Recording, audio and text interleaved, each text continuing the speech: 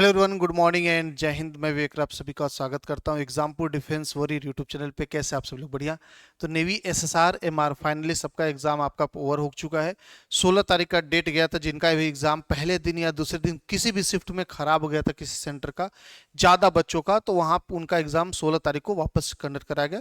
2-3 centre का knowledge में मेरे है इन्फॉर्मेशन। ओके, तो फाइनली कहा जाएगा तो नेवी एसएसआर एमआर का एग्जाम आपका ओवर हो गया। अब 17 तारीख तक पहुंच गए हम लोग। अब बात करते हैं स्टेज 2 को लेके क्या प्लानिंग है, कैसे कैसे होता है पूरा कंप्लीट प्रोसेस, आपका रिजल्ट कब तक आएगा, कितना टाइम मिलेगा। तो मैं इसको ओरली बता दे रहा हूँ, अलग से वीडियो भी कर दूंगा। जो आपका रिजल्ट है मान के चलेगा विद इन 30 डेज बोलते, बट 20 दिन के आसपास में आपका स्टेज 1 का रिजल्ट आ जाएगा, जो आपने भी रिटन एग्जाम दिया। बट याद रहे, ये जो आपका रिजल्ट आएगा ये सिर्फ और सिर्फ क्वालिफाइंग है, यानी कि अगर आप इसमें पास हुए तो पास हुए, फेल हुए तो फेल हुए।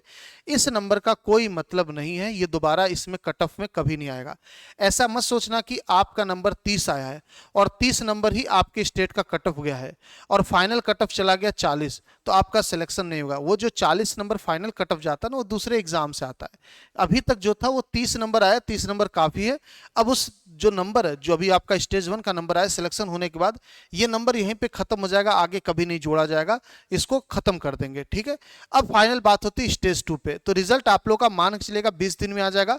उसके बाद 15 से 20 दिन आपको मिल जाता है, यानी कि आप बोल सकते हो 30 to 45 डेज आपको स्टेज 2 के लिए मिल जाता प्रिपरेशन के लिए फ्रॉम नाउ। ओके, आज से देखा जाएगा 17 तारीख से, तो 30 से 45 दिन तक आप लोग लेके चलेंगे। कई बार ये ज्यादा भी चला जाता है, इसका एग्जैक्ट इंफॉर्मेशन कोई नहीं बता सकता। उसका रीजन ये है कि ये जब तक ट्रेनिंग सेंटर की तरफ से कंफर्मेशन नहीं आता तब तक कुछ भी इंफॉर्मेशन नहीं होता, क्योंकि कई बार ये 45 दिन में भी होते हुए दिखता है, कई बार ये 70 दिन भी ले लेता है।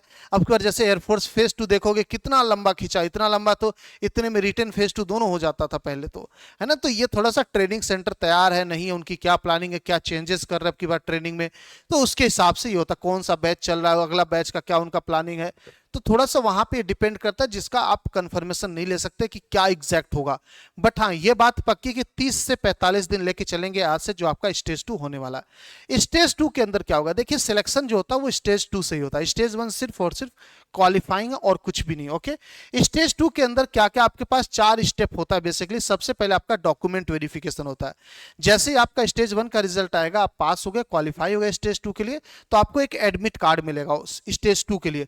उसको लेकर और जो एक्स्ट्रा डॉक्यूमेंट अभी मैं इस पे बता दूंगा कौन कौन सा डॉक्यूमेंट, आपको उन सभी डॉक्यूमेंट को लेके जाना होगा। और वहां पे पहले दिन ही सुबह सुबह जैसे आप सेंटर पे पहुंचोगे, जो भी टाइमिंग आपका रहेगा, मान लीजिए 7 बजे टाइमिंग है, हो सकता है 8:30 बजे से दौड़ हो, या 6:30 बजे बुला दे, आपका 8 बजे से दौड़ स्टार्ट कर दें, या 7:30 बजे से कर दें, तो आप सबसे पहले जाओगे तो आधा घंटा 45 मिनट कह दीजिएगा, पूरा डॉक्यूमेंट वेरिफिकेशन आपका होगा प्रॉपर तरीके से। ओके, उसके बाद आपका पीएफटी, यानी जैसे डॉक्यूमेंट वेरिफिकेशन होगा तुरंत आपका दौड़ना स्टार्ट करेंगे। जैसे ही आप ऐसे गेट है, मान लीजिए गेट में एंट्री लिया, आपका डॉक्यूमेंट पूरा चेक करेंगे, क्योंकि जाहिर सी बात है कौन अंदर आ रहा है, कौन दौड़ लगा रहा है, उनको चेक करना पड़ेगा ना। तो वहां पे वो चेक करेंगे। उसके बाद आपको तुरंत जाके दौड़ लगाना होगा। दौड़ कैसे लगाएंगे, फिर और फिजिकल क्या होता है, पुशअप, स्क्वाट, आपका बेंटनी, ये सब कैसे होते हैं ये भी बताऊंगा मैं आपको। उसके बाद उसी दिन ये सारा प्रोसेस एक ही दिन में होता है।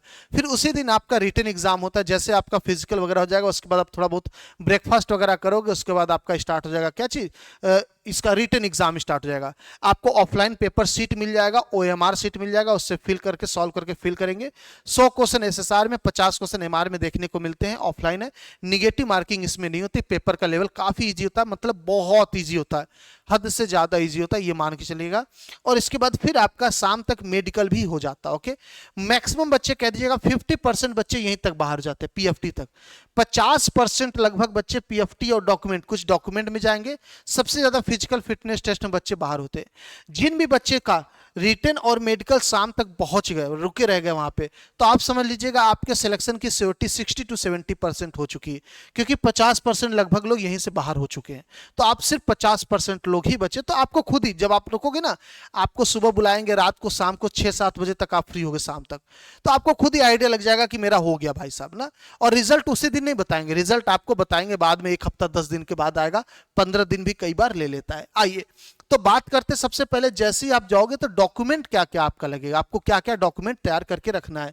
तो सबसे पहले आपका जब स्टेज 2 का एडमिट कार्ड आएगा, उसको आपको लेके जाना है। सबसे इंपॉर्टेंट चीज कलर्ड रहना चाहिए। स्टेज 1 रिजल्ट के बाद स्टेज 2 का आपको एडमिट कार्ड मिलेगा, उसको लेके जाना। ओके, स्टेज 1 का भी एडमिट कार्ड लेके जाना है। जो आपने स्टेज 1 दिया होगा तो एडमिट कार्ड लेके होंगे तो वहां पे साइन हुआ होगा, स्टैंप लगा होगा। फोटो जब आप फोटो अटेस्ट किए थे ना, अपना एक फोटो ले गए तो वहां चिपकाया था तो उस पर एक साइन लगा होगा, ये स्टैंप लगा है, उसको एडमिट कार्ड को लेके जाना है आपको, ठीक है, स्टेज 1 वाला। आधार कार्ड ओरिजिनल लेकर जाना बेटा आपका। अगर आप एनसीसी वाले हो, एबीसी कोई भी सर्टिफिकेट, तो आप उसको लेकर जाओगे साथ में ओरिजिनल, ठीक है, ओरिजिनल। पैन कार्ड नेसेसरी है, मैं आपको बता दूं पैन कार्ड बहुत नेसेसरी है। तो कल को ये मत बोलना पैन कार्ड आपका नहीं बना, नहीं बना तो बनवा लीजिएगा, 15-20 दिन अच्छा टाइम होता, पैन कार्ड आपके पास घर तक मिल जाएगा, ठीक है। तो पैन कार्ड बहुत जरूरी है बेटा, नेसेसरी डॉक्यूमेंट में पैन कार्ड आता है, इसको इग्नोर नहीं कर सकते आप। डीएल वोटर आईडी को इग्नोर कर सकते हो, इसको नहीं कर सकते, ओके। लास्ट बात करें, उसके बाद बात करेंगे 10th 12th का मार्कशीट या फिर 10th 12th का पासिंग सर्टिफिकेट। मार्कशीट और पासिंग सर्टिफिकेट दोनों अलग चीज होता है। कई जगह बोर्ड में जो होते हैं, जैसे कि आप अगर बात करोगे सीबीएसई बोर्ड की, तो पासिंग सर्टिफिकेट और आपका ये मार्कशीट दोनों एक ही में जुड़े हुए आते हैं जब से ग्रेडिंग सिस्टम आ गया। बाकी अदर स्टेट बोर्ड का जैसे यूपी बोर्ड हो गया, ये अलग अलग निकालते हैं। क्या होता है ये हिंदी में समझिए, ये मार्कशीट यानी आपके पास अंक छात्र जो भी होता है, उसके बाद आपका पासिंग सर्टिफिकेट होता है सनद, हिंदी में सनद बोला जाता है इसको, ओके। तो अगर आपके पास दोनों है तो दोनों लेकर जाएंगे, नहीं तो मार्कशीट से काम कर जाएगा। एमआर वाले बच्चे 10th तक का लेकर जाएंगे, एसएसआर वाले बच्चे 10th और 12th दोनों का ले जाएंगे। मैं सुन लीजिएगा पूरी बात, एमआर वाले बच्चे 10th का लेकर जाएंगे, एसएसआर वाले बच्चे 10th 12th का दोनों ले जाएंगे। और मान लीजिए एमआर वाले बच्चे किसी के पास दोनों, तो आप दोनों लेकर जाना, ठीक है, फायदा रहेगा। क्योंकि मान लीजिए कोई भी इंफॉर्मेशन यहाँ मिसमैच होता, आपका आधार कार्ड में कुछ नाम का अलग स्पेलिंग है और एडमिट कार्ड पे स्टेज 2 के कुछ और आया है, तो वो 10th 12th का जब आप ले जाओगे ना तो उससे वेरीफाई कर लेते हैं वो, ठीक है।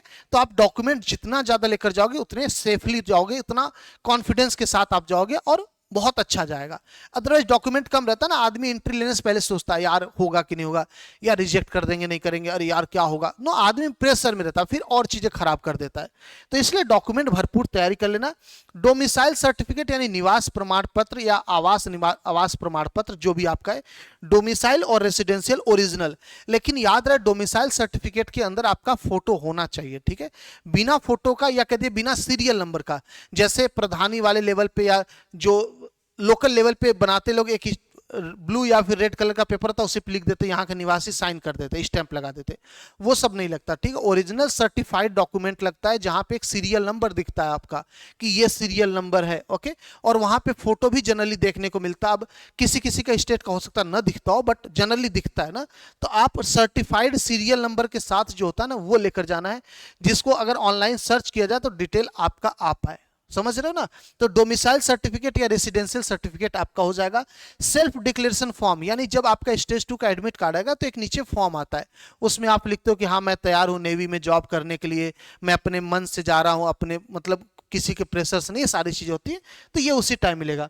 6 पासपोर्ट साइज फोटो लेके जाना है और 3 महीना से पुराना नहीं होना चाहिए। इसका सिंपल सा फंडा मैं आपको बताता हूं कि आप सभी लोगों का जो भी फॉर्म भरते वक्त आपने लगाया था ना फोटो, अगर वो है तो ठीक है, नहीं है तो नया खिंचवा लीजिए बस, और कुछ भी नहीं, और कुछ भी नहीं बोलूंगा। अगर फॉर्म भरते वक्त जो भी है स्लेट वाला बिना स्लेट वाला वो रख लीजिएगा, और साथ में एक एक्स्ट्रा भी खिंचवा लीजिएगा। 6 फोटो लगेगा, तो टोटल आप कम से कम 10 फोटो लेकर जाना। फोटो वाला सिस्टम आप थोड़ा देख लो, क्योंकि इसमें छोटी छोटी चीजों पे आप लोग डाउट करते या कंफ्यूजन होते हो, सच्चाई है और हो ही जाता है कभी भी, क्योंकि कोई भी आदमी सीरियसली रहता है तो डरता ही है इन सब चीजों को लेके। तो मैं आपको बता रहा हूं जो आप फॉर्म भरते वक्त फोटो लगाए थे ना, आप वही ले जा सकते हो। 6 फोटो वो लेते जाना और 6 फोटो एक्स्ट्रा खिंचवा लेना अभी वापस। कितना, बहुत पैसे तो नहीं लगेंगे। अगर आपका बढ़िया स्कोर आ जाता है स्टेज 2 के लिए, स्टेज खैर नंबर से तो मतलब नहीं, लेकिन फिर भी स्टेज 2 तक पहुंचते हो तो आप ये काम कर लेना, फोटो एक्स्ट्रा खिंचवा लेना। ये आपके सामने है। अब इसमें कुछ डॉक्यूमेंट को लेके आपके सामने कंट्रोवर्सी देखने को मिलेगी, जैसे कि पुलिस वेरिफिकेशन फॉर्म, जिसको कैरेक्टर सर्टिफिकेट भी बोला जाता है, ओके। आपका मतलब कि कैरेक्टर को जो भी हिंदी में बोले कैरेक्टर सर्टिफिकेट होता है आपके पास, वो पुलिस वेरिफिकेशन वाला जो होता है वो अभी नहीं लगता है, ठीक है। जब स्टेज 2 का आपका रिजल्ट आ जाएगा ना, फिर पुलिस वेरिफिकेशन लेकर जाओगे आप आईएनएस चिल्का में, ठीक है, वहां चेक होगा। तो अभी के लिए वो सब चीजें नहीं लेके जानी, यही आपका इंपॉर्टेंट इंफॉर्मेशन है जो आपको तैयार करके रखना है। ये सारा डॉक्यूमेंट तैयार कर लेना बेटा, कोई मिसिंग नहीं होनी चाहिए। पासिंग सर्टिफिकेट मार्कशीट में से अगर कोई एक है तो भी चल जाएगा, आप टेंशन मत लीजिएगा इसको लेके ना, इसमें कंफ्यूज मत होना कि ये है वो नहीं है, जो भी है आपके पास इन दोनों में से कोई एक रहेगा तो भी आपका काम हो जाता है, इसमें कोई प्रॉब्लम नहीं करते। पैन कार्ड जरूरी बेटा, अगर वोटर आईडी उसमें डीएल में से कोई एक है तो वोटर आईडी रख लेना, वो इंपॉर्टेंट है थोड़ा सा। हालांकि नेसेसरी में नहीं, बट रख लोगे तो अच्छा रहेगा। मैं आपको क्या बोला, जितने डॉक्यूमेंट आपके पास है ना सब कुछ रख लीजिएगा, क्योंकि जब आप एंट्री लोगे ना तो आपके पास मेंटली प्रेशर ना हो कि मुझे डॉक्यूमेंट में निकाल सकते हैं ये ना, तो थोड़ा सा फ्री हैंड जाओगे, बढ़िया लगेगा आपको। ये डॉक्यूमेंट आप लोग अभी से तैयार कर लीजिएगा जो आपका तैयार नहीं है। अब मैं बात करता हूं आगे स्टेज 2 का। जैसे स्टेज 2 मतलब पार्ट फेज 2 कह दीजिएगा, स्टेज 2 के अंदर जैसे आप डॉक्यूमेंट वेरीफाई कर लोगे फिर आपका फिजिकल स्टार्ट हो जाएगा। फिजिकल के अंदर सबसे पहले आपका करवाया जाएगा दौड़। दौड़ के अंदर आपका क्या है, 1.6 किलोमीटर यानी 1600 मीटर कह दीजिएगा दौड़ना है। किसको, मेल कैंडिडेट को दौड़ना है 6.5 मिनट में और फीमेल कैंडिडेट को दौड़ना है 8 मिनट में।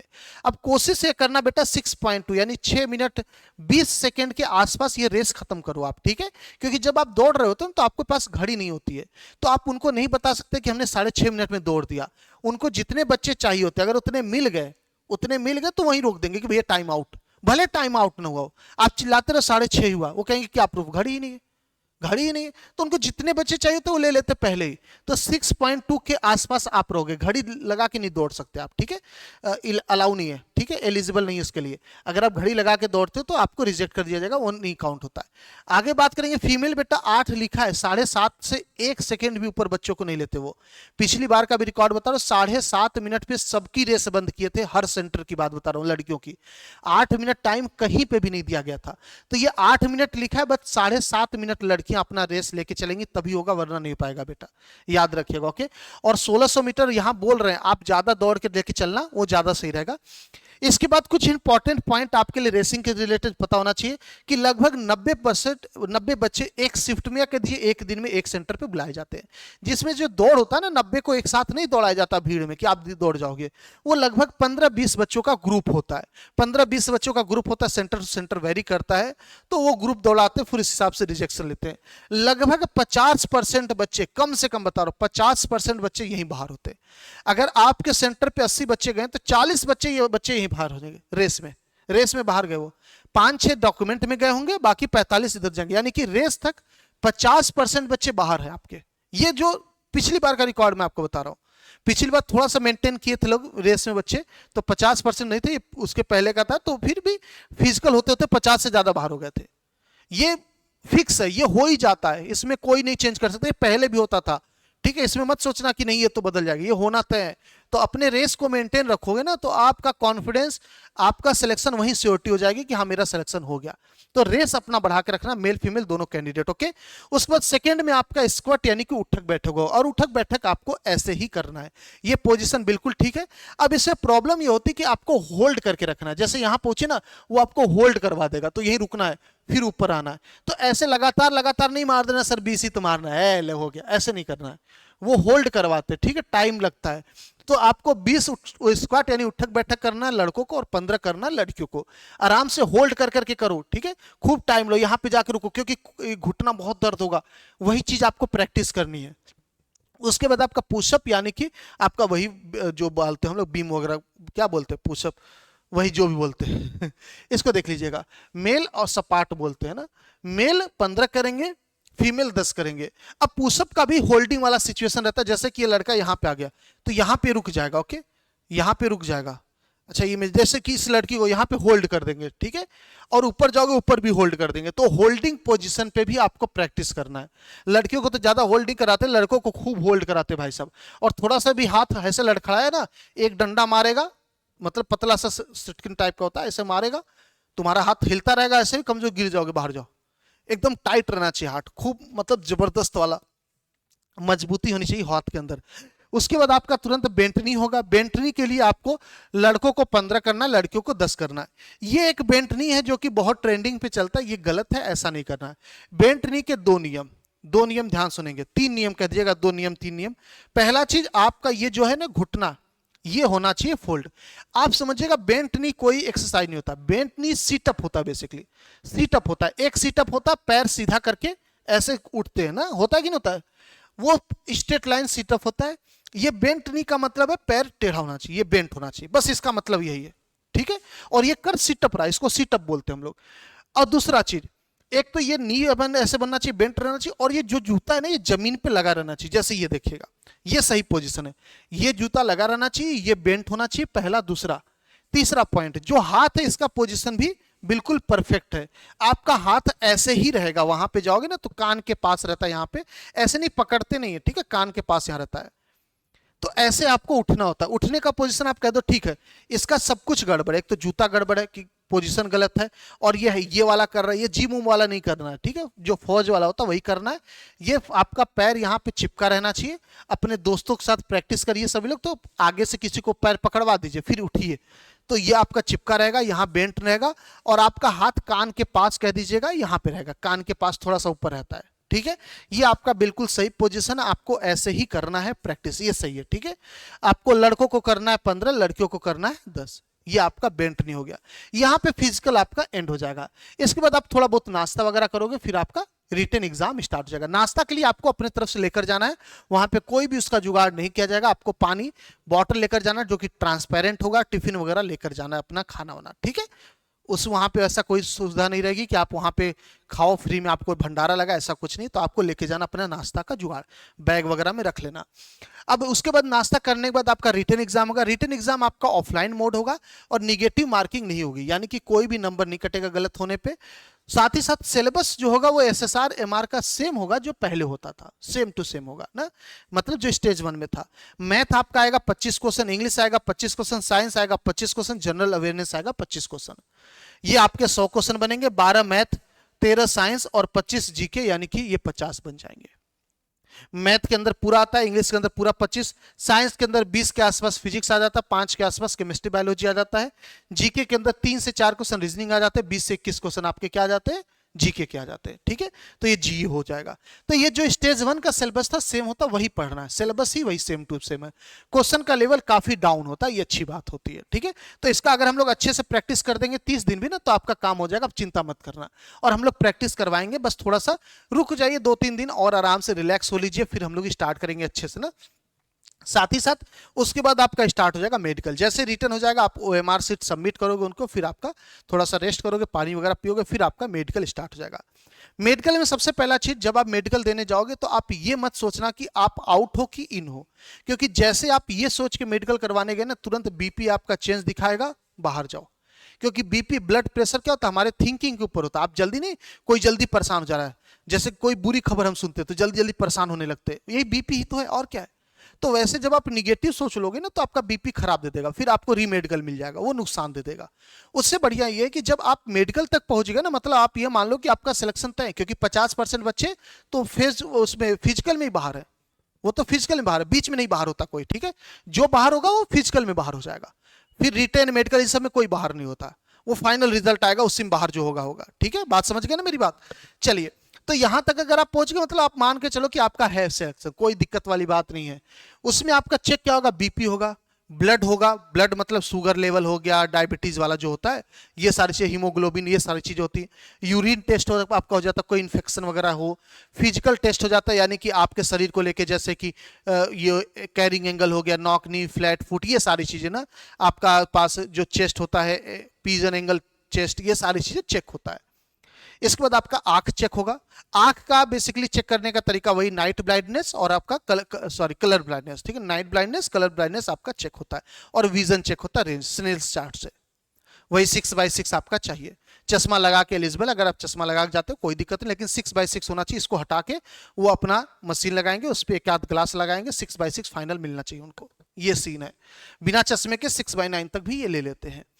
इसके बाद देखोगे नोज आपका, मैं इस पे मेडिकल पे अलग से वीडियो करूंगा, क्योंकि सब में आराम से डिटेल में बात करने वाली चीज है। आपका नोज वगैरह, नाक वगैरह चेक हो जाएगा, आपका कान वगैरह चेक हो जाएगा, और प्राइवेट पार्ट टेस्ट होता है। ये आपका मेडिकल का प्रोसेस है। इस पे मैं अलग से वीडियो करूंगा, क्योंकि हर एक चीज में इंपॉर्टेंट चीजें, कैसे उसको सही करेंगे, क्या कमी होती है बच्चों के अंदर, मैं अलग से इसका वीडियो करूंगा, आप लोग टेंशन नहीं लेगा कोई भी, ओके। तो ये कंप्लीट इंफॉर्मेशन आपका स्टेज 2 का। सबसे पहले आप जाओगे तो आपका डॉक्यूमेंट देखा जाएगा, जिसके अंदर स्टेज 2 का एडमिट कार्ड, स्टेज 1 का भी admit card, Aadhaar card, PAN card, 10th 12th का पासिंग सर्टिफिकेट कह दीजिए, मार्कशीट कह दीजिएगा, पैन कार्ड आपको हो ही गया।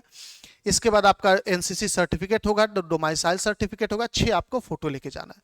उसके बाद जैसे आपका ये हो जाएगा, डॉक्यूमेंट हो जाएगा, फिर आपको दौड़ स्टार्ट करवाया जाएगा। 1600 मीटर दौड़ना है, लड़कों को लड़कियों को दोनों का 8 मिनट लड़कियों को मिलता है, 6.5 मिनट लड़कों को ऑफिशियल, बट 7.5 मिनट में लड़कियों को अपना दौड़ खत्म करना होता है और 6 मिनट 20 सेकेंड में लड़कों को कम से कम इतने में खत्म करना है। उसके बाद आपका हो जाएगा स्क्वाट यानी उठक बैठक हो जाएगा, पुशअप हो जाएगा, आपका बेंट नहीं हो जाएगा, ये तीनों जैसे फिजिकल हो जाएंगे। फिर आपका रिटन एग्जाम होगा। रिटन एग्जाम आपका ऑफलाइन मोड होगा, निगेटिव मार्किंग नहीं होगी। आपके पास वही 100 क्वेश्चन एसएसआर मिलेंगे, 50 क्वेश्चन एमआर में मिलेंगे, सेम सिलेबस के साथ। क्वेश्चन का लेवल काफी इजी होता है। ओके, इसके बाद आपका आ जाएगा तुरंत रिटन के बाद आपको मेडिकल कराना होगा। मेडिकल के बाद आपको शाम 6-7 हो सकता है 8 बज जाए, आप जाके फ्री होगे। ओके, फिर आप घर पे आओगे, आपको वेट करना होगा 10 दिन 15 दिन, फिर आपका फाइनल रिजल्ट आएगा, आप सिलेक्ट हो जाओगे। मेरे हिसाब से समझ में गए होगा, आगे होगा, पूरी चीज समझ में आ गई कि पूरा डिटेल मैंने आपको बता दिया हर एक चीज। अब मैं अलग से वीडियो हर टॉपिक पे करूंगा। मेडिकल पे अलग से वीडियो मैं करने वाला हूं, सिलेबस पे मैं अलग से वीडियो करूंगा, कहां से किस लेवल का क्वेश्चन आता है ये मैं अलग से वीडियो करूंगा। फिजिकल पे अलग से वीडियो करूंगा कि कैसे आप इसको मेंटेन कर सकते हैं, सब पे अलग अलग वीडियो मिलेगा, ठीक है, एक एक वीडियो सब पे। और डॉक्यूमेंट पे भी अलग से वीडियो मैं करूंगा, जहां पे डॉक्यूमेंट वगैरह कहां का होना चाहिए, सेंटर सर्टिफाइड, स्टेट सर्टिफाइड कैसे होता है, किसका आपको पासिंग सर्टिफिकेट ले जाओगे, मार्कशीट, इस पे अलग से मैं वीडियोस प्रोवाइड करूंगा डेली बेसिस पे एक एक। तो उम्मीद करता हूं आपको इन्फॉर्मेशन बहुत जरूरी थी और अच्छी लगी, आपको सही इन्फॉर्मेशन लगी तो फीडबैक जरूर देंगे आप सभी लोग। मेरे हिसाब से मैंने कोशिश किया कि बेस्ट ऑफ बेस्ट आपको नॉलेज प्रोवाइड कर पाऊं कम से कम टाइम में। ओके, तो फाइनली मैंने अपनी तरफ से पूरा एफर्ट लगाया। अब आप लोग फीडबैक जरूर देना कि आपको कैसा लगा ये इन्फॉर्मेशन, क्योंकि काफी दिनों से आप लोग परेशान थे स्टेज 2 को लेके, तो पूरा कंप्लीट एक ही वीडियो में मैंने बता दिया। अब इसके बाद मेरे हिसाब से कोई डाउट नहीं होगा, अगर होगा तो कमेंट करके पूछ लेना, मैं बता दूंगा। जो कट ऑफ है उस पर मैंने वीडियो ऑलरेडी अपलोड कर दिया, उसको जाके देख लेंगे स्टेट वाइज। अगर आप सभी लोग एयरफोर्स की तैयारी करना चाह रहे हो, एयरफोर्स XY02 2025 का जिसका फॉर्म भरा जा रहा है, जाके भर देंगे। कल लास्ट डेट 28 लास्ट डेट है ना, 28 तारीख शायद, देख लीजिएगा आप सभी लोग। प्रहार बैच हमारा एग्जाम पूरा ऑफिशियल ऐप पे आ चुका है, इसकी क्लासेस आपकी ऑलरेडी चल रही हैं। 549 का ये बैच पड़ेगा 21 तारीख के पहले तक, 21 तारीख के बाद ये हो जाएगा आपका 799। अगर आप महासागर या जटायु बैच से हो, जो कि अभी हमारा नेवी का बैच था, तो आप लोगों के लिए ऑफर इस बैच में 399 का ये कोर्स पड़ेगा आपके लिए सिर्फ, क्योंकि अभी आपने बैच लिया ही था। और अगर चाहो तो आप उसी कंटेंट के साथ रिवीजन कर सकते हो, कोई दिक्कत नहीं। लेकिन अगर आप लाइव बैचेस के साथ जुड़ना चाहते हो वापस से प्रैक्टिस के साथ एयरफोर्स के लिए, तो आप लोगों के लिए 399 का एयरफोर्स का बैच पड़ेगा। इसके लिए कोड लगाना होगा एयर ओल्ड, AIROLD। ओके, यानी एयरफोर्स ओल्ड स्टूडेंट, ऐसा करके एयर ओल्ड लगाओगे तो आपको ये 399 में सिर्फ कोर्स मिल जाएगा। तो आप आराम से लाइव बैचेस के थ्रू कंटिन्यू कर सकते हो तैयारी। ओके, जो बैच आपका हिंदी इंग्लिश दोनों में पढ़ाया जाता है, कंप्लीट सिलेबस कराया जाएगा। तो उम्मीद करता हूं इन्फॉर्मेशन बढ़िया लगा, फीडबैक जरूर देंगे आप सभी लोग। कोई इन्फॉर्मेशन अगर लगता है कि मेरी तरफ से ऐसा हुआ, कुछ नहीं बताया मैंने, तो जरूर आप मेंशन करना। हालांकि मैं सारी वीडियो में ये कहता हूं, बट मैं अपना परफेक्शन पूरा 100% कोशिश करता हूं, पूरा सही इन्फॉर्मेशन सही तरीके से डिलीवर करूं। ओके, तो आप लोग फीडबैक जरूर देना। थैंक यू आप सभी का। अलग से वीडियो के लिए तैयार रहेंगे, मेडिकल फिजिकल सब पे अलग से मैं वीडियो करने वाला। ओके, और मंडे से कोशिश करेंगे हम क्लासेस भी स्टेज 2 का स्टार्ट कर दें। मिलते हैं, थैंक यू, जय हिंद जय भारत।